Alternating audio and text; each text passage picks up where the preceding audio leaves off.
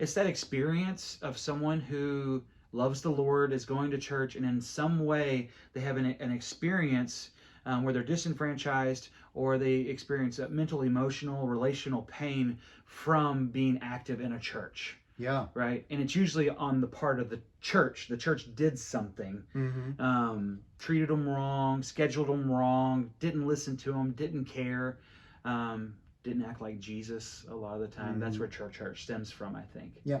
And, just kind of, I think about like the process of thinking counseling wise, there's 4 steps to it. So like church hurt, a hurt can be just or unjust, right? And Mm-hmm. and that could hurt can morph into anger. That's second step, right? And people get upset, like I shouldn't be treated in this way and so forth, da da da da, da, and they kind of dwell on that. And so we say church hurt, but I think like marriages, I do marriage counseling and so forth, and their anger, they hold on to it, they abide and dwell in it, and that turns into bitterness. I think Hebrews Bitterness. 11 talks about that.